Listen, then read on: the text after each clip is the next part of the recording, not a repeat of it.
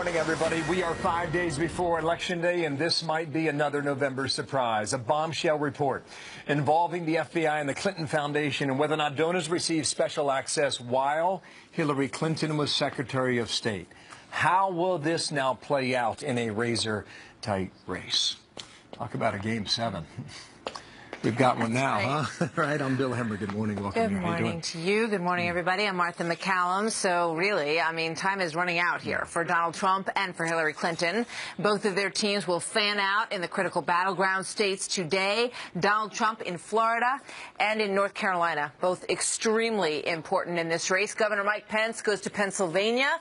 Melania Trump will also be in Pennsylvania. We'll talk about that in a little bit. Iowa and Michigan also on the docket for the vice presidential candidate on the Republican side. Hillary Clinton will also be in North Carolina. It's going to get a little crowded in North Carolina today. Senator Tim Kaine will be in Arizona as they try to make some headway there.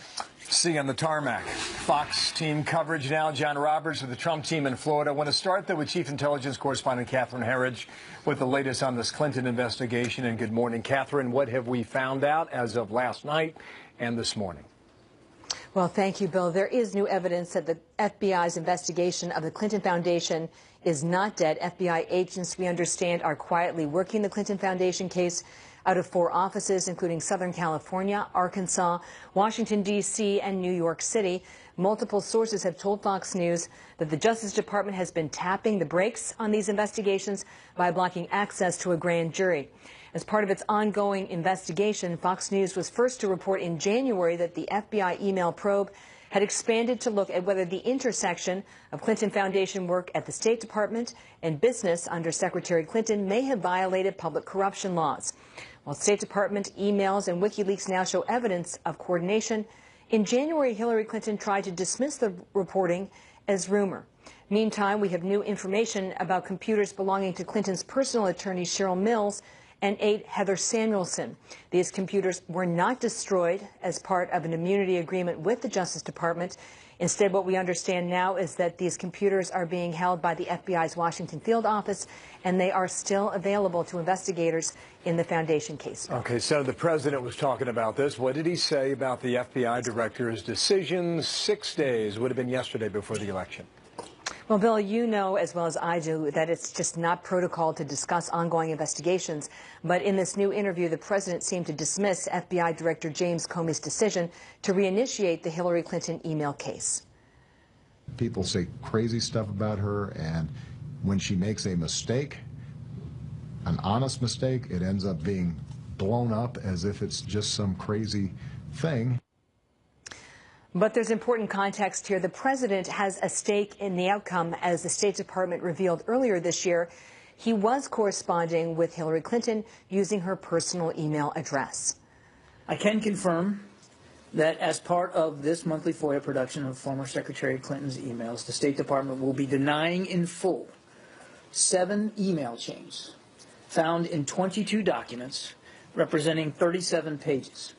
The documents are being upgraded at the request of the intelligence community because they contain a category of top secret information. These documents were not marked classified at the time that they were sent. Look, one of the key things we learned in the FBI interviews known as 302s came from Clinton aide Huma Abedin. She told the FBI investigators that every time Hillary Clinton's personal address changed, they would update the White House so that the president could continue receiving Hillary Clinton's emails on his high-security devices, including his BlackBerry. And the reason that matters is that that is evidence that goes to knowledge of the White House, of this personal system, and the changing addresses. So this is something where the president and the White House clearly have a horse in the race and a stake in the outcome. Wow, Catherine, great reporting there on behalf of you and Brett Baer. Thank you. We'll be back with you throughout the morning here. In a moment, you'll hear from the man who wrote the book, Clinton Cash. Peter Schweizer was interviewed repeatedly by federal agents about claims that he made in his book.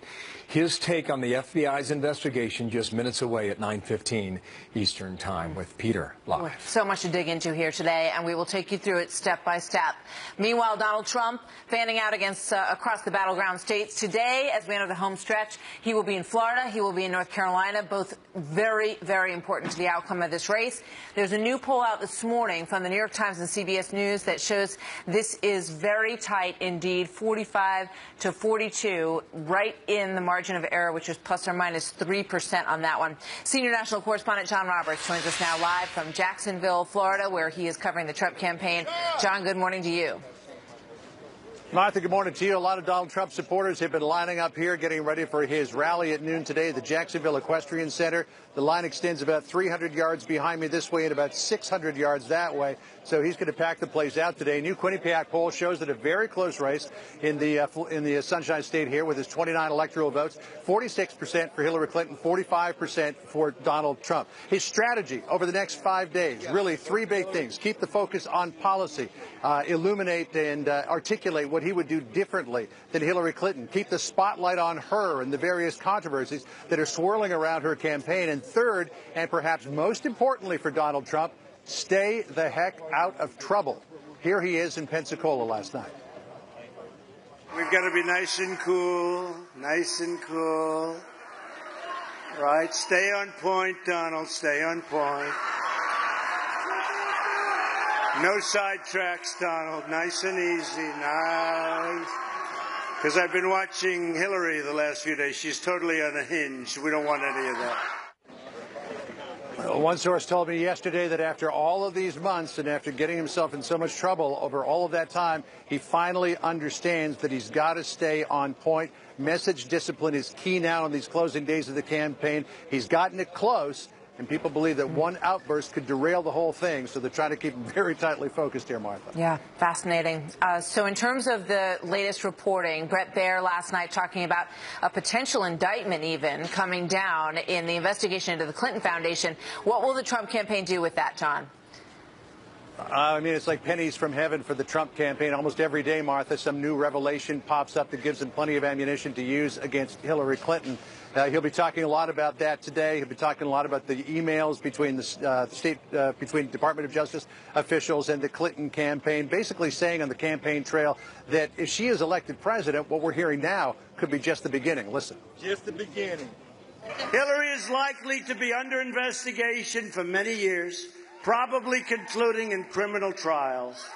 It's just been shown that this is, as I've been saying, a rigged system with more collusion, possibly illegal, between the Justice Department, the Clinton campaign, and the State Department. And this afternoon, Donald Trump's wife, Melania, will be on the campaign trail. She has got a big speech this afternoon in Berwyn, Pennsylvania, trying to bring more Republican women into the polls in the next 5 days and on Election Day. Something really interesting, too, in the Philadelphia area to keep watching, Martha, is they're about to go into the third day of a transit strike. SEPTA is still on strike there. If they are still on strike as of Tuesday, that could depress voter turnout. And if you get bad weather and you get a transit strike, that could bode very well for Republicans on Tuesday around the Philadelphia area. All right. We'll be watching that. Melania, in the suburban areas where the women's vote is so important in this race. John Roberts, thank you very much in Florida right now. Bill, over to you. Martha, clearly the focus on these battleground states. Tom Bevan, executive editor, Real Clear Politics, where they take the average of all the polls and they try and figure this out. Tom, good morning to you. I want to show our viewers where you have the race right now, okay? And jump in here when it's appropriate and stop me if you think we're on the right path or the wrong path based on how you see it, right? At the moment, you see Georgia and Arizona where Trump has a lead. You also have, in your Real Clear average now, a lead for Trump in Florida, in Ohio, in Iowa, and Nevada. So that would put him at a 270, 250 electoral votes. You also have North Carolina in a dead heat, correct? So if he were to win North Carolina, he's only at 265. And on the map, based on your scenario, Colorado's out there, Wisconsin, Michigan, Pennsylvania, Virginia, and New Hampshire. Among those remaining states, what's the story, Tom? Well, Colorado, the polls have tightened dramatically. I mean, Clinton's lead there is down to 2 points, so that's looking perhaps promising for the Trump campaign. We had a poll out this morning, Bill, showing Trump with a 1-point lead in New Hampshire. And, of course, if Trump wins New Hampshire, that would lead to a 269-269 tie, which would make heads explode all over the country, I'm sure. And then there's also that congressional district in Maine where Trump has been running pretty strong. So the other states, though, Pennsylvania has tightened, Virginia has tightened, Wisconsin and Michigan are a little bit sort of the next tier out, although we did have a poll that showed Clinton's lead dropped to about 3 points in Michigan, but other polls have shown that race about 6, 7 Let me points. show you what came out of Colorado yesterday. It has not done a lot of polling out there. This is University of Denver. It has Clinton and Trump at 39 apiece. And the Trump team was in studio a week ago, and they said, look out at Colorado. We thought at the moment it was spin. Maybe it is and maybe it is not. But under this scenario, if he were to take Colorado, he's at 274. He's at the number, Tom. No, exactly. I mean, Colorado is one of those states. It's been really swingy. I mean, you know, Clinton had a big lead there, then it disappeared in September, and then she busted back out to a pretty substantial lead in October. But it has tightened up rather quickly, rather dramatically. And again, it represents an opportunity. Those are only nine electoral votes in Colorado, but could be huge in the final analysis if Trump was able to swing that state his way. No question. Tom, thank you. Real Clear Politics there, Tom Bevan. Thank you, sir. Talk soon. Martha? So 5 days to go, and you come along for the ride with us, and we've got you covered on this. We will get you all of the results as they come in, the facts, the analysis. Top story right now, the ongoing investigation on the Clinton Foundation. Peter Schweizer wrote the book Clinton Cash. He's also the executive producer of the documentary by the same name, and he is my guest in Tallahassee, Florida. And Peter, good morning to you. You have found yourself in the middle of all of this. Thank you for your time right now. I want to go through a number of things over the next 4 minutes. Number one, sure. Wall Street Journal reports secret recordings of a suspect who was involved in your research. Who was that suspect, Peter? I don't actually know who that suspect was. What I'll tell you, Bill, is that, you know, look, there are 4 trustee members of the Clinton Foundation that have been subject to either prosecution or have been convicted of financial crimes. So there are multiple possibilities, but I don't know who that individual is. Okay, why would they come up in your research as it pertains to what involving the Clintons? Well, what really happened is the book came out last year.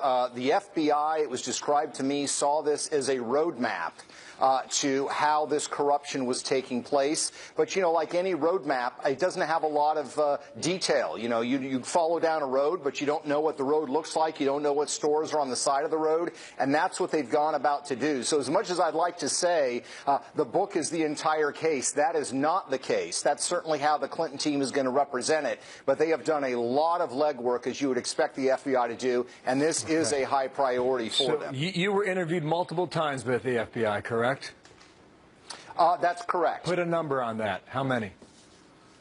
I don't want to say that. What I can tell you is my last contact was the end of February.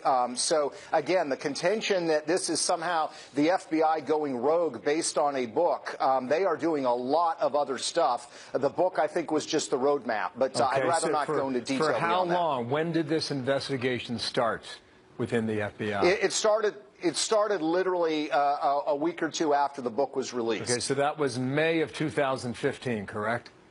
So that's correct. That was last summer. Now, some of these agents believe that interview was hearsay. Could it have been? Yeah.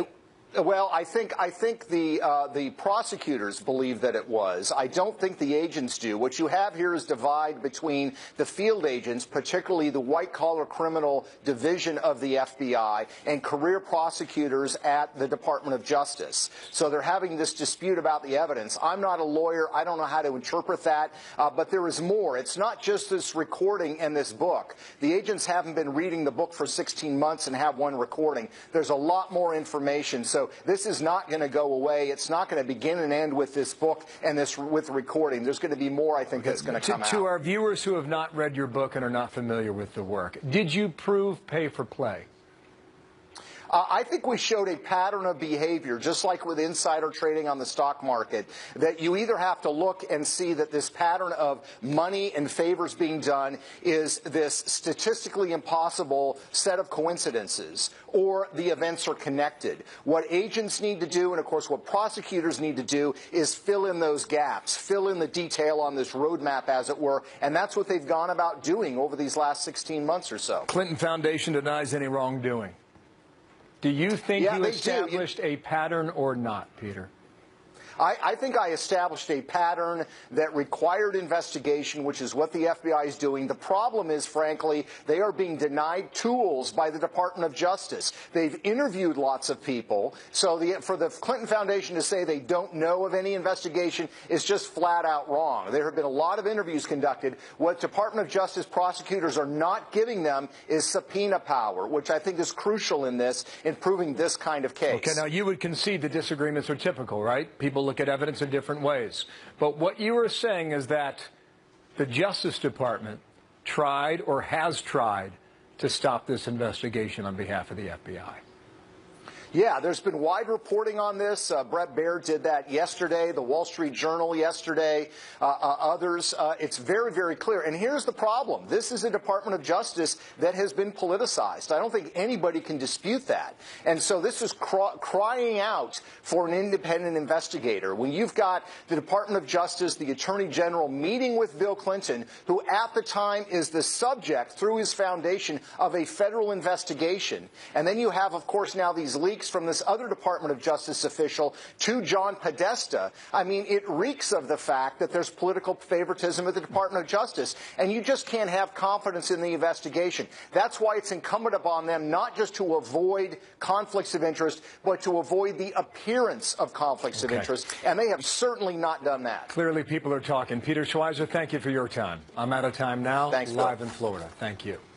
So here's the question for both sides. Can Donald Trump flip a blue state red, or Hillary Clinton do the reverse? Who gets to 270? We'll explore the possible routes when we come back. We've raised over $100 million in small donations. I don't think that's ever been done. Has that ever been done before? That sounds more like a Democrat thing, not a Republican thing, right? That's a great honor. That means there are a lot of people out there that want us to really get this done. Oh, boy. I mean, could this be any more interesting at this point? Donald Trump spending the remaining days of the campaign in the battleground states, which you would expect. Both candidates are doing that. Hillary Clinton still appears to be leading in several of the crucial states. She's ahead in most of the polls that we got yesterday, but by fairly slim margins, within the margin of error in some cases. The race is very tight, folks, especially in some of the areas that are potentially flip states. So can Donald Trump turn some of those blue states red? Hillary Clinton is out there trying to do exactly the opposite. Let's talk about this with Sean Spicer, Chief Strategist and Communications Director for the RNC. Sean, how's it going? It's going great.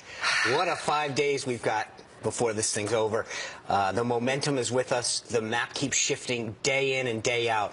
The polls, both nationally and in the key battleground states, show a continued growth for Donald Trump. But you have enough time. I mean, 5 days. We do. I mean, but if you look at that ABC News poll that came out the other day, a 12-point swing in 8 days. You saw the North Carolina poll yesterday. A Virginia poll came out yesterday showing an 8-point swing for Donald Trump. He's now up 1 in the Hampton University poll. It's the revelations that have happened in the last week, and it's not just the FBI scandals, which is now plural. It is the Obamacare double-digit hikes. It's the Clinton Inc., the pay-per-play. Everything of this, it's a perfect storm coming against Hillary Clinton, and I think the momentum and the message of change that Donald Trump and Mike Pence are bringing is what is bringing people home, is taking independence off the fence, and it's going to put him to victory on November 8th. We will see. Let's take a look at Wisconsin, which is one of those states that I know you folks are counting on and hoping is going to go Republican. Right now, it's about 5 points apart, according to the latest poll. That's a pretty decent spread in Wisconsin. How do you see that changing? Well, so if you look at the current map, we believe we're ahead in Florida, Ohio, Iowa, North Carolina. You take that aside, North Carolina, she's ahead too in all polls. Everything that we're seeing in the data, both in terms of the early vote and the absentee vote, you're seeing. Look, there was a New York Times tweet today that showed where if you go to Jeremy Peters' Twitter feed from the New York Times. He says the Clinton campaign is cherry-picking the data. And it's true. If you look at it overall... And he, just for our viewers at home, he's the guy who's been really watching the early vote tallies, Jeremy Peters. And so you realize that what they're selling people, Democrats have to win the early vote. They've always done it. They run up the score. In North Carolina alone, Barack Obama led the early vote by 300,000 going into Election Day, and Mitt Romney carried it. They're not even close to that 300,000 right now.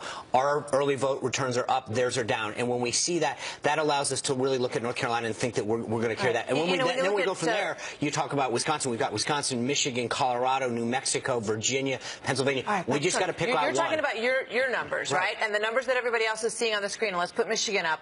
Still show her ahead in all of them. Now, your numbers may be right, or their numbers may be right, but they're in contradiction. So, does it make you nervous when you look up from your numbers and see those numbers? Well, there's no question that we've seen a tightening in those things. But again, in 6 states, Wisconsin, Michigan, Pennsylvania, Virginia, New Mexico, Colorado, we just have to get one. Just one.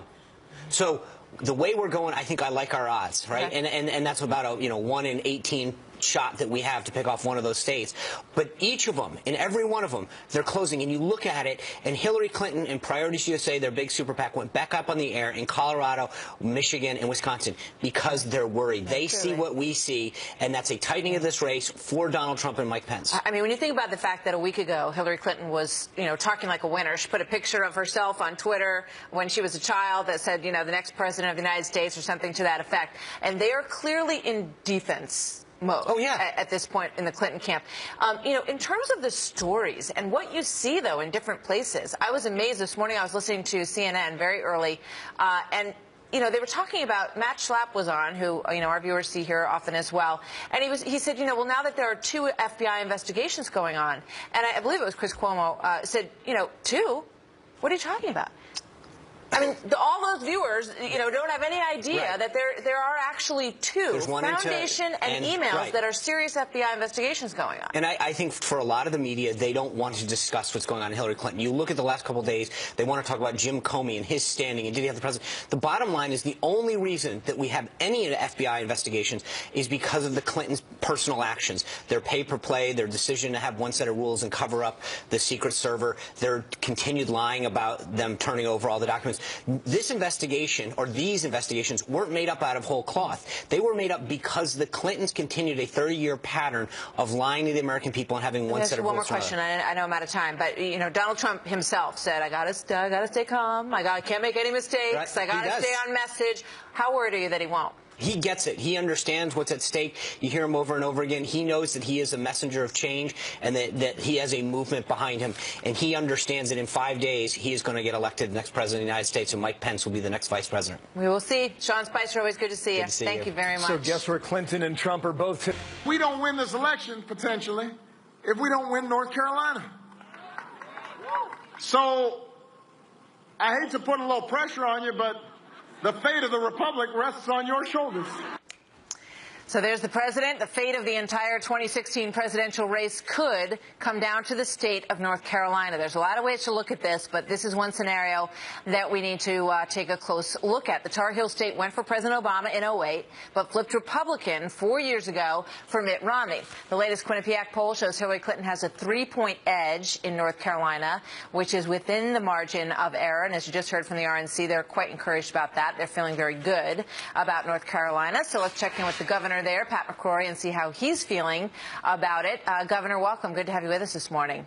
It's good to be back. Thanks for having me, Martha. So North Carolina is fascinating to look at in this race. You are in a fairly tight race for governor. You've got Senator Burr and Ross also in a very tight race for the Senate seat. So this is sort of squeaky all around. Why do you think the Democrats are spending so much time? The president's coming back there twice on Friday. Why are they there so much?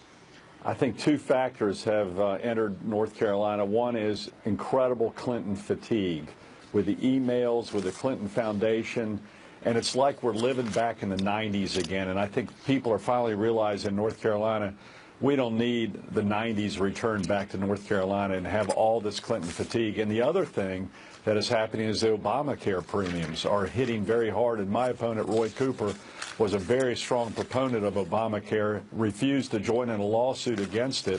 And now Obamacare is just disastrous for North Carolina with premiums going up over 30%. So Clinton fatigue, Obamacare. I think both the president and Hillary and Joe, they're all coming here as much as possible to try to get the Democrats enthusiastic, but we don't see it happening on the ground. So we've been talking about the early vote count, and one of the things that has been noticed clearly is that the early vote among black voters in North Carolina is down. At this point, the last time around it was at 27%. Now it's at 22%. And some are criticizing your state, saying that the closing of some of those early voting areas is what is causing that. What do you say? Absolutely not true. In fact, we extended the hours for some of the voting. But there are fewer places to go, correct?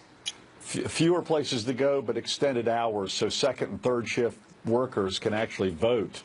And that's very, very good news for North Carolina. But the extended hours, even as we've extended the number of locations during the past week throughout North Carolina, we've seen no real pattern change regarding North Carolina voters, and I think it is really due to Clinton fatigue. And, you know, when President Obama was on the ballot, there was a passion there with a lot of voters. But now that he's not on the ballot, no matter how much he tries to tie it to his legacy, they know it's all about Hillary Clinton and Roy Cooper and others that will just bring in the old good old boy system back to inefficient politics, high taxes, and Obamacare, which is just really causing some serious problems here in many other states. You know, in terms of voters who are turning out or will turn out on November 8th, who have not voted in a long time, what is your feel for that in the rural areas in North Carolina?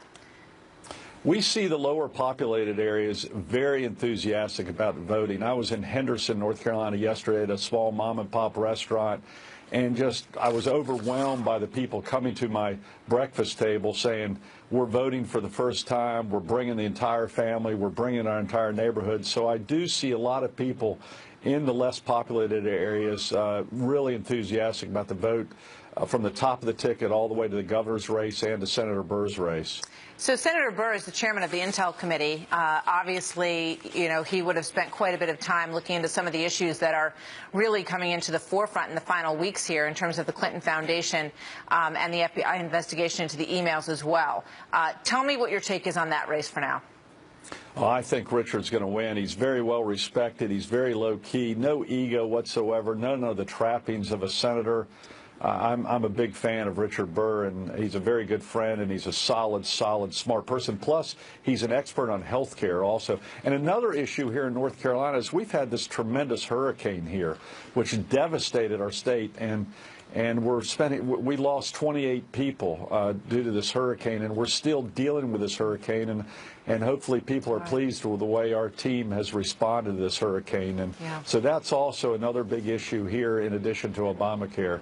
But people are hurting right now in a lot of our small, lower populated towns that were devastated by the hurricane. We can appreciate that, and our hearts go out to them, to be sure. It's going to be very crowded in your state over the next few days. President Obama is going to be in 2 different places there, and you've got both campaigns touching down today, so we wish you all good luck in dealing with all that. Governor, thanks for the time today.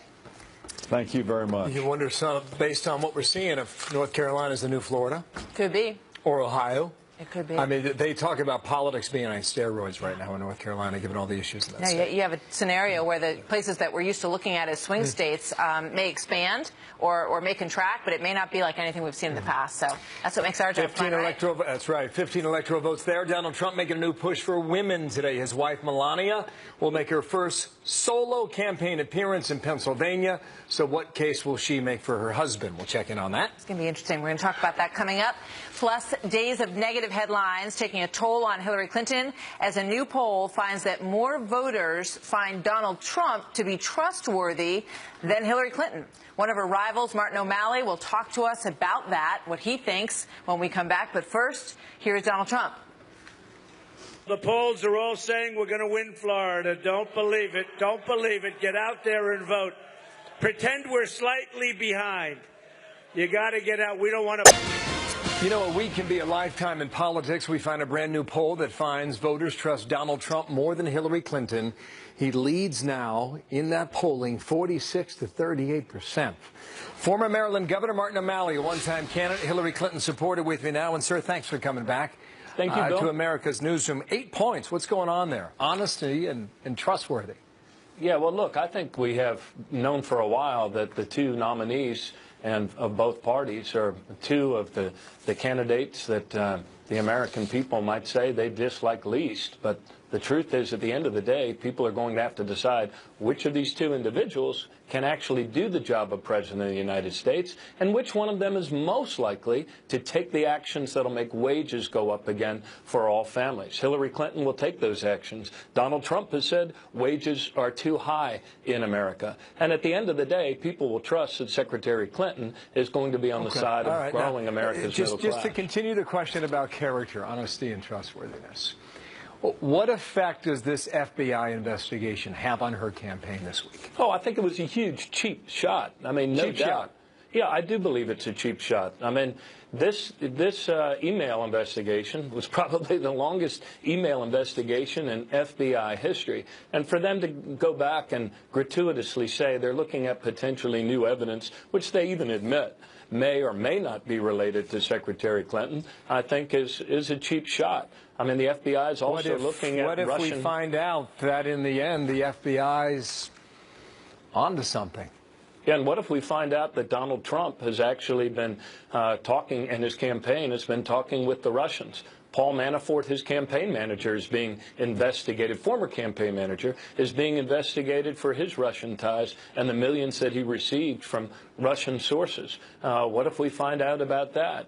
What if we find out that... It just shows the position potentially the FBI director was in. Now, you called it a cheap shot, and just yesterday, President Obama did an interview. I think he was in Florida, when he questioned the FBI's decision. This is what he said about that. There is a norm that, when there are investigations, we don't operate on innuendo, we don't operate on incomplete information, we don't operate on leaks. We operate based on concrete decisions that are made. It is rare when a president criticizes the head of the FBI. Was that a cheap shot? No, I believe that the cheap shot was what Mr. Comey did within this decision window when people were voting, a decision he made contrary to all of the advice of lawyers at the Department of Justice and contrary to his own instinct when he said that he didn't want to, along with the other 15 security agencies, say that the Russians were responsible definitively for the DNC hack because he was afraid that might be misinterpreted in the election. Well, if he was afraid that might be misinterpreted, then why would he send a letter like this to Republicans saying that information that he admits he has no idea is or is not connected to Secretary Clinton? Was the president wrong to criticize the head of the FBI? No, I think he was right, and I think he's not alone. This is unprecedented. There's something strange going on at the FBI. I don't know what it is. I think eventually we'll find out. But before that time, we're all going to vote on Tuesday nonetheless. And come hell or high water, whatever the Russians want, whatever cheap shots people want to fire at Hillary Clinton in these final days, people are going to go to the polls and confirm that only Hillary Clinton can actually do this job. Unlike Donald Trump, she doesn't confuse our enemies for our allies, and she wants wages to go up. And Donald Trump believes wages are too high in America. I know you think she'll win. What's the margin on Tuesday? Oh, I've given up my entire ability to predict. I think Secretary Clinton is going to win. I believe that she's going to win many states that people today might predict that she will not win. I myself am going to be in North Carolina, where Pat McCrory, who you just had on, is trailing the Democratic challenger Roy Cooper. They've got some good battles in North Carolina, so get a measure on the ground there. Martin O'Malley is now on the record. Thank you for your time today. Thank you. You bet.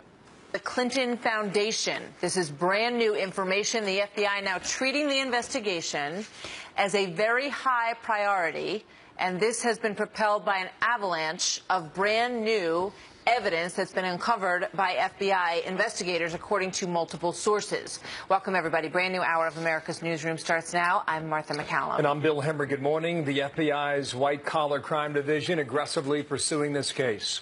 Brand new details emerging by the day. And part of this investigation started after a book called Clinton Cash was released about 18 months ago. And the author of that book, Peter Schweizer, telling us last hour how his story has been used by investigators. The FBI, it was described to me, saw this as a roadmap to how this corruption was taking place. But, you know, like any roadmap, it doesn't have a lot of detail. You know, you follow down a road, but you don't know what the road looks like. You don't know what stores are on the side of the road. And that's what they've gone about to do. Brett Baer, anchor of Special Report, joins us. Broke a lot of news on this last evening. Brett, good morning to you. Good to have you with us this morning.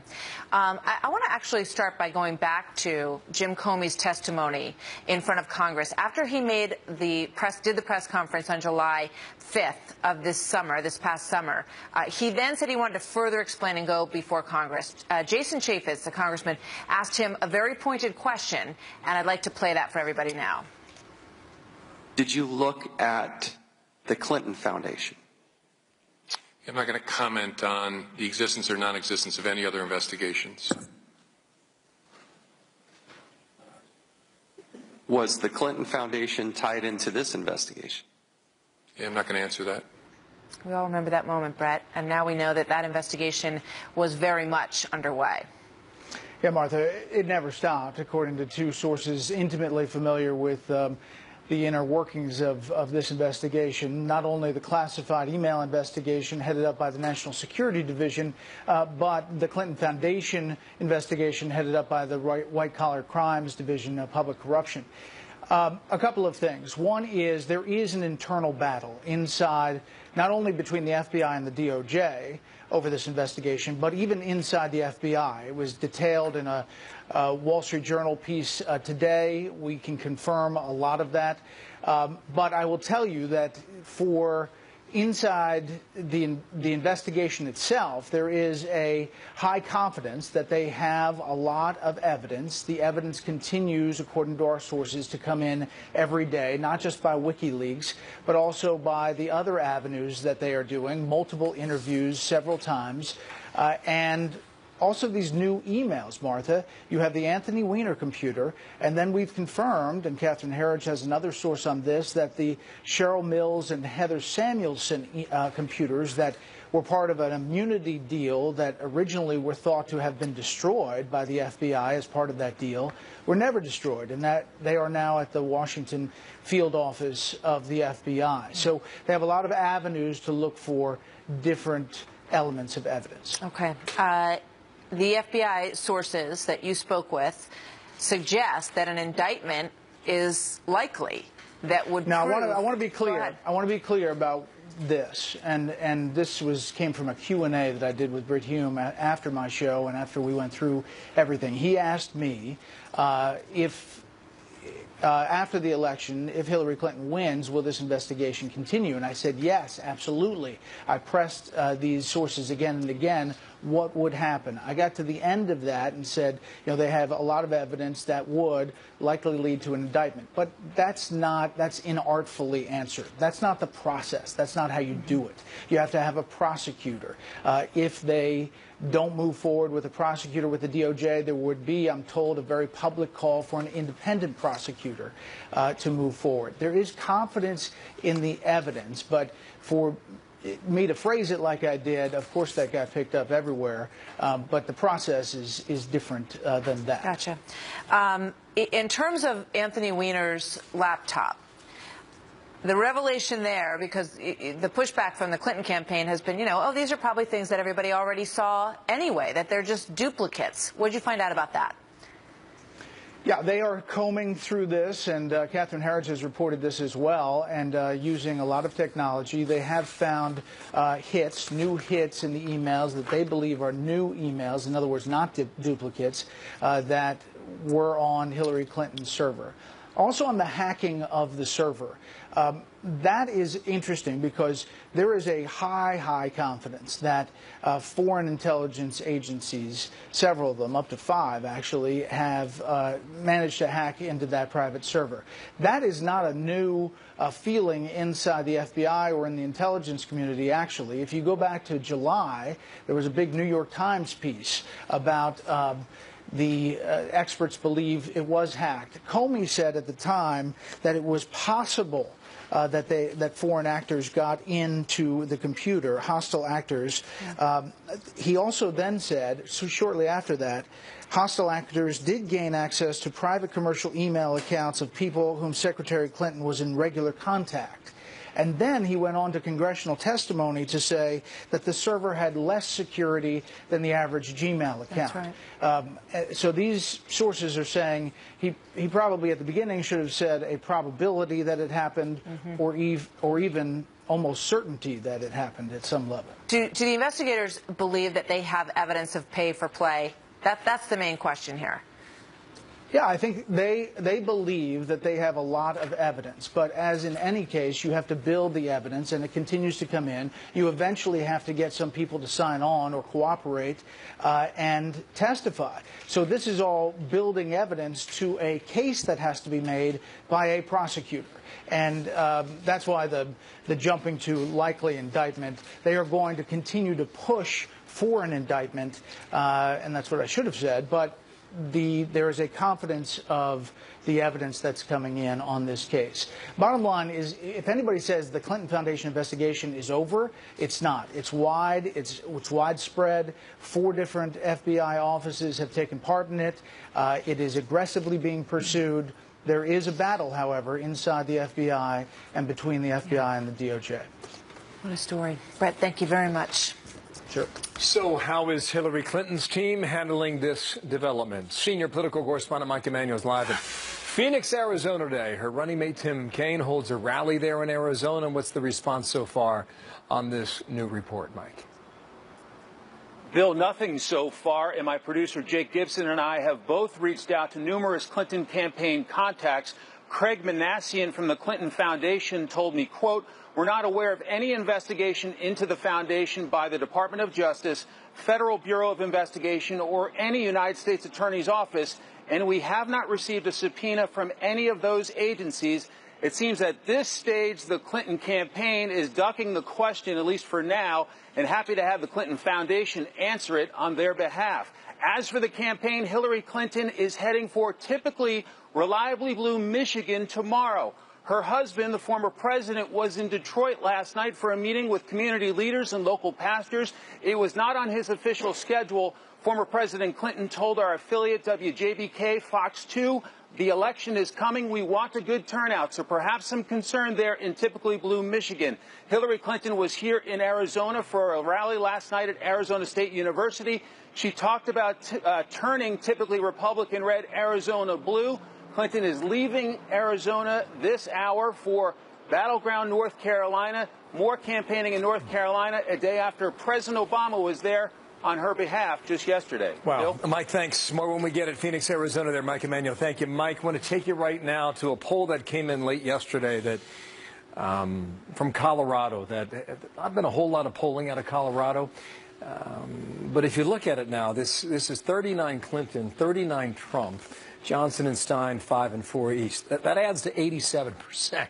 Okay, so there's another 13% perhaps still out there, and the margin error is plus or minus 4.2 points. So, you know, maybe something's doing out there in Colorado. This was the picture from 2004.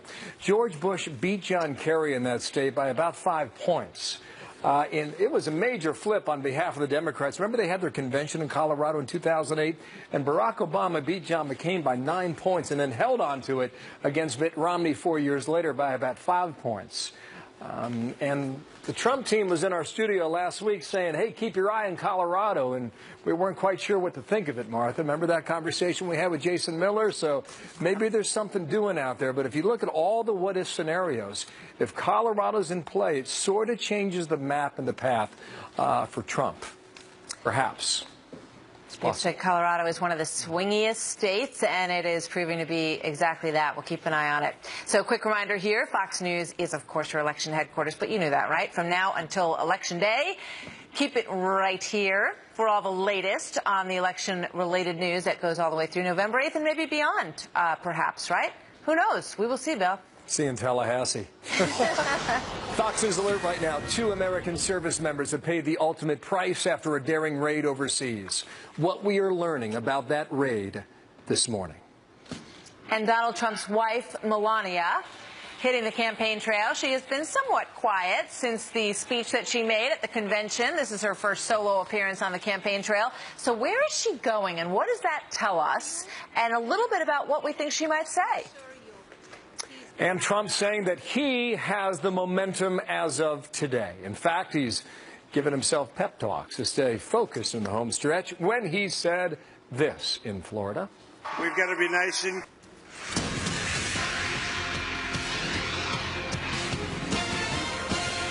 Donald Trump's wife, Melania, will hit the campaign trail today. She will give her first ever solo political speech, and her mission is a big one. She is targeting suburban women voters, the college-educated area right along the main line outside of Philadelphia. So this is an important moment for Melania Trump. Joining me now to talk about the women's vote and the election overall, Tennessee Congresswoman Marsha Blackburn, a Trump campaign supporter. Good to have you with us. Good morning to you. Good to be with you. Thank you. So a big moment for Melania Trump. Let's start there. She will talk about, as far as we know, her own immigration experience coming here from Slovenia and what it meant to her to become an American. And what else do you expect? I think you'll get some insight into her life as a wife and a mother. And she has certainly given herself to being a really good mother and stepmother. And we hear her talk about Barron and how tender she is with that relationship and how involved she is with the other Trump children, supporting her husband and being involved in their lives and supporting them. And I think she's going to enjoy telling a little bit of her story, Martha, and I think people are ready to hear it. Yeah, and I think she will also talk about what kind of first lady she would be, the kinds of things that she would take on. I mean, let's look at some of the numbers here, because we know that Donald Trump has had a tough time in the polls with women voters, especially college-educated women voters. And there are lots of them in Berwyn, Pennsylvania, and in that area outside of Philadelphia where he really needs to make some headway. Right now, she has 50% of women among presidential likely voters, and he has 36. And just to remind everybody, Mitt Romney, who lost the election, was at 52% with this group. He's got a lot of ground to make up. There is ground to make up. There's room for improvement, and the Trump campaign knows that. What we do know also, Martha, is that national security, economic security, and health care are the top 3 issues with women.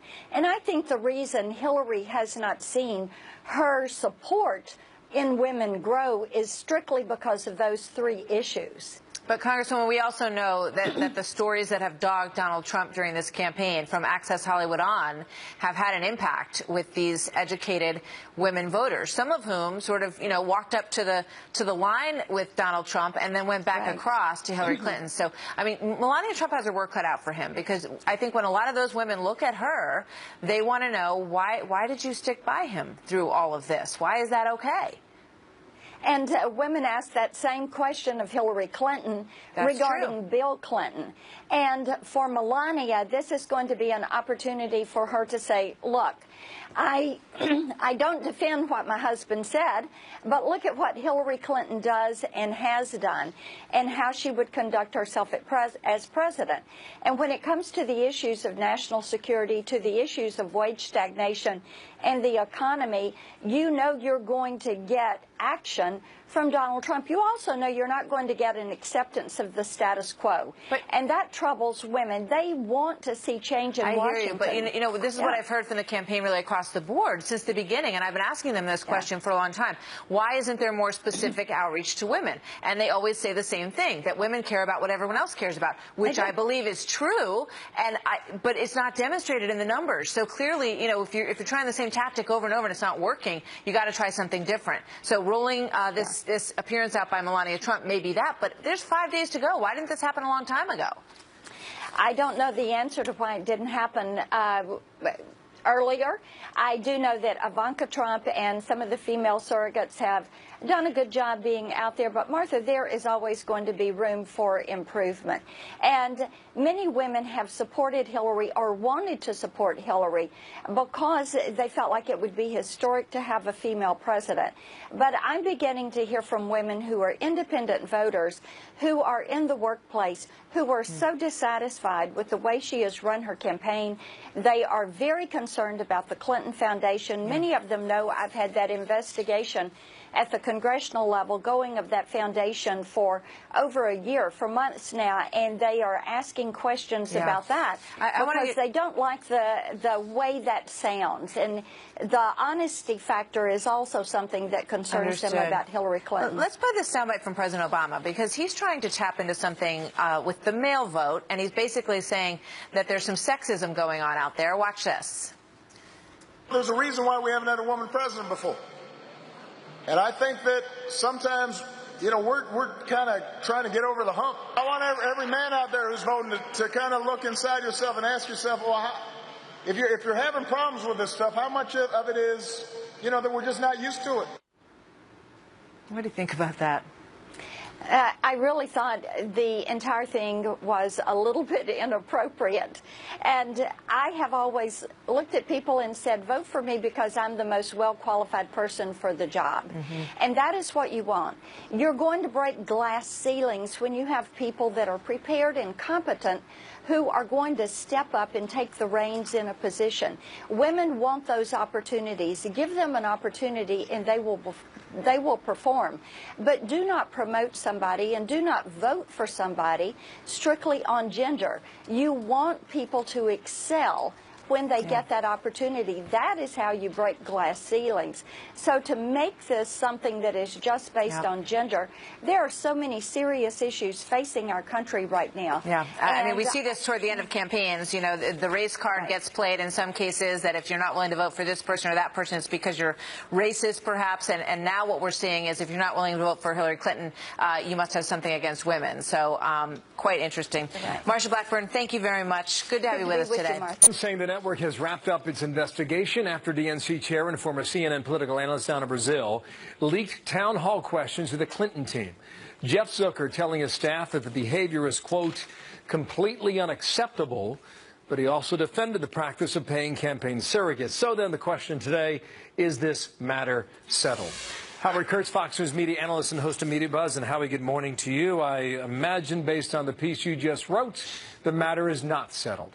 Explain. Not by a long shot. And the quotes that you just read were indeed CNN President Jeff Zucker talking to his staff. It's all based on leaks. Zucker, who is a media-savvy guy, has been since he ran NBC, hasn't addressed this publicly, and we're being asked to accept the notion that, oh, CNN's, and I confirmed this with a CNN source today, yes, there's been an internal investigation. Nobody at CNN was found to do anything wrong. Apparently nobody's been punished. But the results of how that investigation was done, somebody had to give these questions to Don in Brazil. Those have not been made public, and that does not inspire confidence. So the column you write, why won't CNN disclose its internal investigation? You want to know what they did, right? Well, I think their viewers have a right to know what they did. If CNN, look, I have no doubt that Zucker and all of the journalists at CNN are appalled by what happened. But imagine if this was Hillary Clinton and new questions had come up about the Clinton Foundation, say. And Hillary Clinton would not address those questions publicly. But her staff would leak that, well, we've looked into it internally and we've concluded that nobody at the Hillary Clinton campaign did anything wrong. Trust us. How do you think CNN would cover that? How do you think all of us would cover that? So I don't think, if you're going to do an internal investigation, the whole reason is to show that you've aggressively looked into it, that you've held people accountable, that it's not going to happen again. If you don't make the findings public, you don't get any of that. Well, so now there's a conversation about whether or not outlets should even hire surrogates for the campaign. Zucker said this, by the way, quote, one bad apple does not ruin it for the entire process. They add to our coverage in a very meaningful way. John Klein ran CNN too a few years back, and he was on with Megyn the other night. And he was making the case that, you know, networks should not hire surrogates. I don't know what your position is on that, but go ahead and answer that, then I'll make my point. Well, it is a really good point. And if I were the king of all media, I think I would say let's not hire and pay campaign surrogates because, you know, some of them are very good, some of them are very smart, some of them have shown independent judgment, but a lot of them come on, we know they're consulting with the campaigns, they're doing spin, they're repeating talking points. I'm not sure how much that adds. That's not to suggest that any of them have done what Donna Brazile did, though she continues to deny it, in leaking internal information. Indeed, most of them don't have access to internal information, but it does. We should examine what value we're getting by paying people who just yesterday were on the... I would argue, because I do think that they have a contribution to be made here. And whether they're spinning you or not, they have access to people on the inside. I think it comes back to the process. And you as a network, how do you quarantine the process? How do you restrict the amount of information that goes out among the handful of individuals who are responsible for debate prep? And your ability to control that information, I believe, is what is critical. I'll give you the last word on that, Howard. Yeah, I mean, I know that at Fox and I know that at CNN, you know, these things are very closely held. You can't have debate questions or town hall questions shared with the whole newsroom because newsrooms are leaky places. But occasionally you're going to have a mishap like this, and it does cause some self-examination about whether or not the people that you put on the payroll, who are clearly part of politics. Remember, Donna Brazile was vice chair of the DNC at the same time she was a CNN contributor, whether they have dual loyalty and whether, in fact, their loyalty is more to their political brethren than to your network. You need to keep it tight. Howard Kurtz, thank you. We'll check out your column at foxnews.com. Thank you, Howard. Thanks, Bill. Martha.